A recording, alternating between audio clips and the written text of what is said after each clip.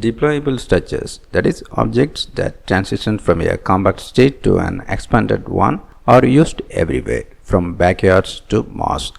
But as anyone who has ever struggled to open an uncooperative folding chair knows, transforming two-dimensional forms into three-dimensional structures is sometimes a challenge. Now, Harvard researchers have developed a deployable system that is light, compact, inexpensive, easy to manufacture, and most importantly, easy to deploy.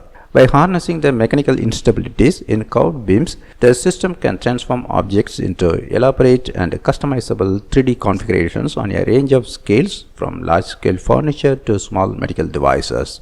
Most buckling-induced deployable structures, like folding chairs, are activated by compressive forces that are created through the linear displacement of elements.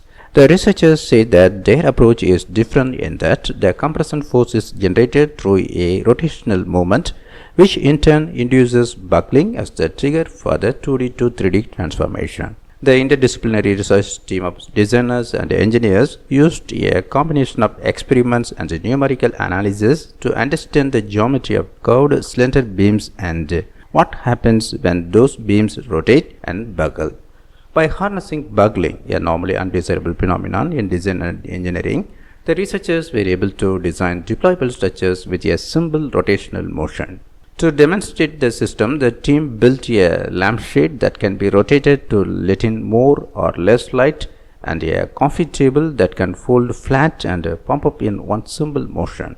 This new platform can be extended to realize functional structures and devices from the millimeter to meter scale using a variety of different materials. These structures could be used as medical devices, optical devices like camera focusing mechanisms, deployable wheels and turbines, furniture, or deployable shelters.